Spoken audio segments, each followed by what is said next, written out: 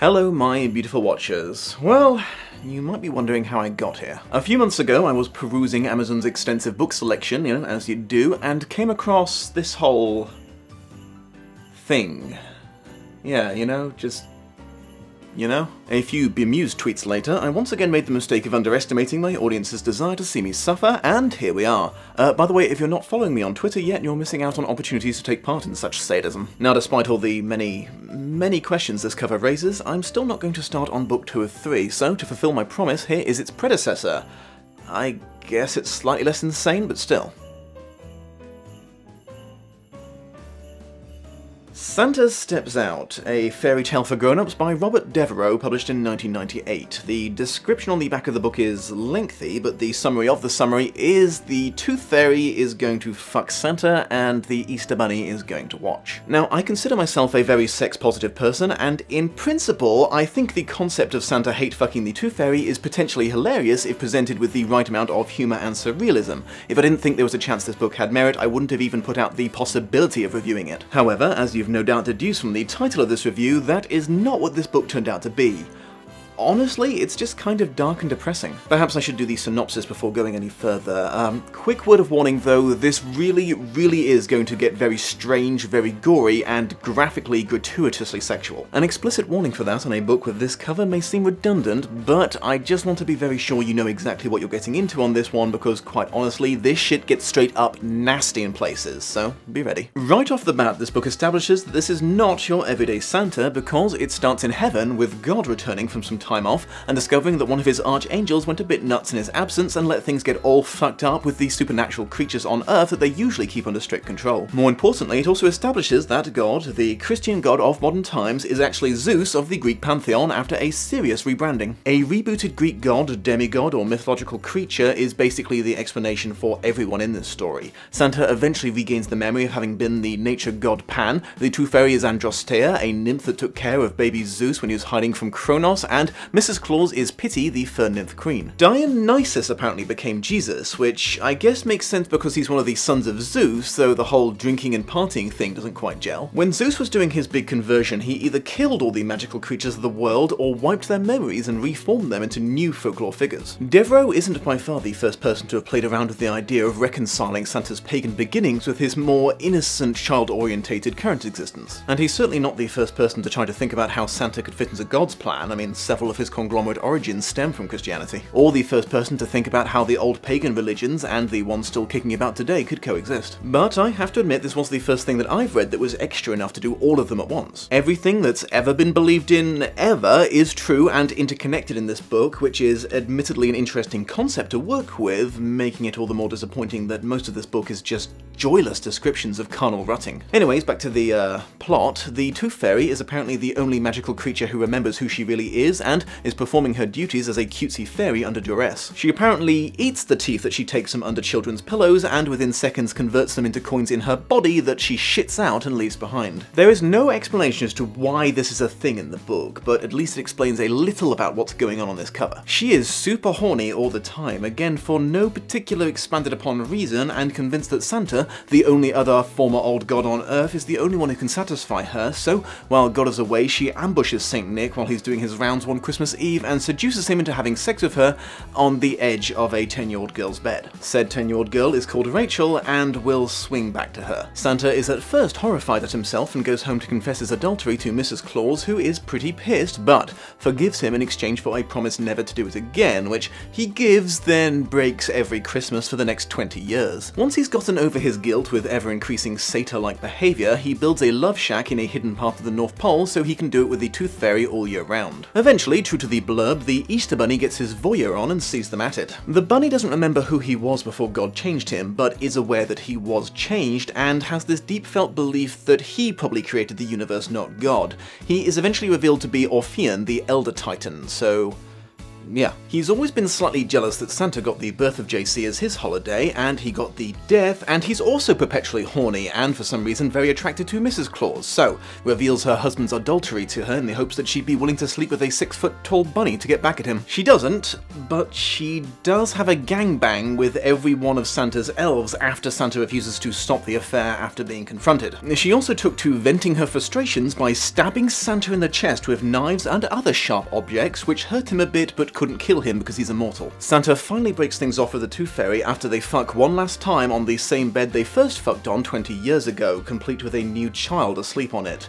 The Tooth Fairy does not take it well. He then comes across a now 30 years old Rachel in the next room. Rachel was apparently awake and watching them 20 years before, and even though the book does not present it as such, the event seems to have scarred her psyche somewhat. Unable to find men who aren't Santa attractive, she had, unsurprisingly, married a mall Santa who had recently passed away. For some reason, upon seeing each other, she and Santa decide that they are in love. I'm not kidding. Santa, still naked and covered in the Tooth Fairy's stank, sits on Rachel's bed, tells her everything, including the part where he just fucked next to her sleeping daughter Wendy, and she instantly declares her love for him, and it's reciprocated. Santa takes her and her daughter back home with him, and genuinely tries to talk Mrs. Claus into starting a permanent menage a trois, and is surprised when this isn't a very warmly received idea. He also is a little upset that she shagged all of his co-workers in one night, but I guess he just gets over it. Meanwhile, the Easter Bunny, thwarted in his plan to bang Santa's wife, tries going to the scorned Tooth Fairy instead and tells her all about Santa's new squeeze. Things then get graphic even by this novel's standards. The Tooth Fairy rides the Easter Bunny's weird rabbit dick while tearing his teeth out of his mouth and eating them,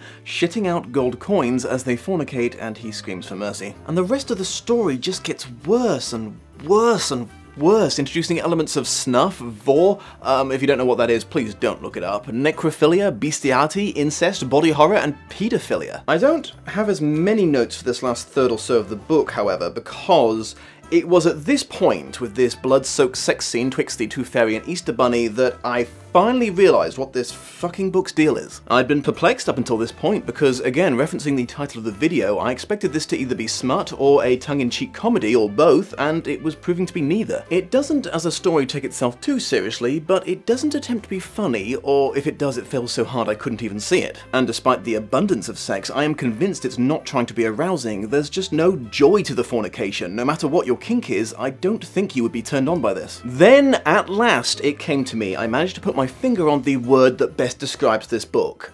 Edgelord. My suspicion was immediately confirmed when I went to the author's website and saw that in the bio that he clearly wrote for himself, Devereaux talks about the joys of being shocking and envelope pushing, the bread and butter terminology of edgelords. Yeah, this book is just trying to be shocking for the sake of being shocking. It's exploitation through and through. In hindsight, I'm kind of disappointed in myself that I didn't see it sooner. I guess I've learned a valuable lesson about not letting expectations blind me. To make matters worse, I can't even really say that this was good exploitation, to be honest. I mean, shock value can be an effective tool if you have a moral or message you wish to impart, but I've thought about it for days now, and I cannot for the life of me figure out what Devereaux wanted to say with this. It's not particularly critical of religion, I mean, it doesn't have any respect for it, but Zeus God is very much a background cameo character at the start and end, so it's just not a big enough part of the story to be trying to make a point about the pros or cons of Christianity or paganism. It also doesn't seem to be trying to say that there's anything wrong with Christmas or the myth of Santa Claus, at least not that I could see. It's not recognizably anti-sex or anti-infidelity either. I mean, I still don't think it's meant to be enjoyed, but there's no finger-wagging or consequences for it at the end. Oh, right, the end. Everything gets really fucked up. The Tooth Fairy devours Rachel, like literally eats her alive and shits her out as coins. The Easter Bunny rapes a bunch of people, and then a kitten. Santa trades his head reindeer to the Tooth Fairy to be her sex slave in order to save Wendy. Then, right at the end, God shows up, punishes the evildoers, and brings Rachel back to life. Santa, Rachel, and Mrs. Claus become polygamous and live happily ever after. Oh, and there's what looks like a subplot about an elf that's in love with Mrs. Claus, but that goes all kinds of nowhere. There was a bunch of stuff that I was going to talk about, like at one point near the beginning, Santa accidentally ejaculates onto a family's Christmas tree and uses his magic to hide it by turning it into candy canes, which a bunch of children eat, and the book makes a note of saying that they all grew up to be really good at blowjobs. I was planning to talk about how even in smut or dark comedies, I think it crosses the line when you get kids involved and makes me super uncomfortable, but once I realised that that was entirely the point of it being included, it's like, well, what's the bloody point? It's been included because it's stepping over the line into incredibly bad taste. The only thing that had the potential to be halfway interesting, the idea that all modern beliefs, be they religious, superstitious, or just harmless childish nonsense, are evolved from ancient Greek myths and legends, is honestly just handled so badly it's super underwhelming. It just wasn't very cleverly done. With the exception of Zeus and Santa, who everyone was in their past lives seems almost arbitrarily chosen. Rick Riordan did this sort of thing so much better in the Percy Jackson books, and by the way, holy shit everyone, fingers crossed. I couldn't miss a few telltale signs of this being a book that no one actually gives much of a shit about and was only published to make a quick buck. Best example, there's a super obvious and easily correctable typo right at the start of chapter 10 that no one has bothered to do anything about in the 20 years since it was written. In the author's afterword, Devereaux muses about why it was so hard for him to get this book published, and I was kinda like, really? That was surprising to you? Then I got curious about who had published this, and it turns out the answer is a company called Deadite Press, which, as far as I'm aware, does not have any association to the Evil Dead franchise. I had a quick look at their other publications, and in addition to some other interesting books by Devereaux, I also found Super Fetus by Adam Pepper. Try to abort him, and he'll kick your ass. I think that tells you everything you need to know about this company's output, to be completely honest. I'm not trying to be judgy. If you're into gore-sploitation, fine, whatever, but I personally see it as a pretty low form of entertainment. All in all, I'm sorry, but I have to deem this book hot edgelord garbage. It utterly fails to be provocative, interesting, or meaningful, so at the end you're just left with a gross, gory sex story about Santa. I'm like 90% certain this series only turned a profit because of the covers. Case in point, it drew me and everyone else on Twitter in. And in case you really wanted to know, it looks like Santa Claus Conquers the Homophobes is about these same characters finding out that a young preteen is destined to commit suicide in a few years after he comes out of the closet and is bullied to death by his community and family. Santa and the crew try to prevent this by changing the hearts and minds of the homophobes A Christmas Carol style, while the Tooth Fairy gets in the way. Based on what I just experienced with this book, I am confident in guaranteeing that the sequel is not worth reading. Don't buy this book, don't buy the first book, please just go and read something worthwhile instead. Thank you for joining me, my beautiful watchers. Do remember that the best gift that you can give a YouTuber is protection from algorithmic destruction in the form of likes, comments, and shares, and in the unlikely event that you're new here and enjoyed this episode, don't forget to subscribe for more content. Merry fucking Christmas. Much love and appreciation to my patrons of honour, Shelby Hotes and Matthew J. Brish. Hello again, my beautiful watchers. I just wanted to take this opportunity to give you a quick reminder that there's a wonderful website called Patreon that's been allowing online producers to actually make a living doing what they do, since apparently YouTube's decided that they shouldn't anymore. Basically, they offer the chance to pledge a certain amount of money per month or per video in exchange for various rewards offered by the creator. There's a variety of stuff you can earn by becoming one of my patrons, including early access to all videos and taking part in that survey you see at the start of every Lost in Adaptation episode. That's actually a very important part of the process, as I use it to gauge how much I'm going to need to explain about the book and the film before I start comparing them. If you decide to become a higher level contributor, your name will be added to the credits that you're seeing right now, and you'll be given the option to join my private chat room so you can regularly talk with me and other patrons. If you're keen enough to join the topmost tier of patronage, you'll earn the most coveted of all the rewards, the chance to pick a future adaptation to be reviewed by yours truly. However, if right now you are thinking, "My goodness, the Dom, I can't do that! The Llama King will not allow it! The Llama King sees all! The Llama King cannot be opposed!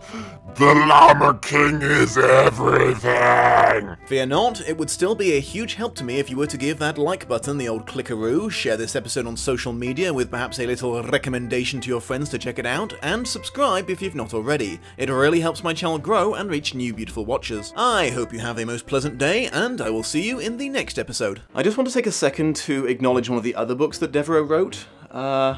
Yeah, God and Santa Claus team up to defeat Trump. I don't know how I feel about that.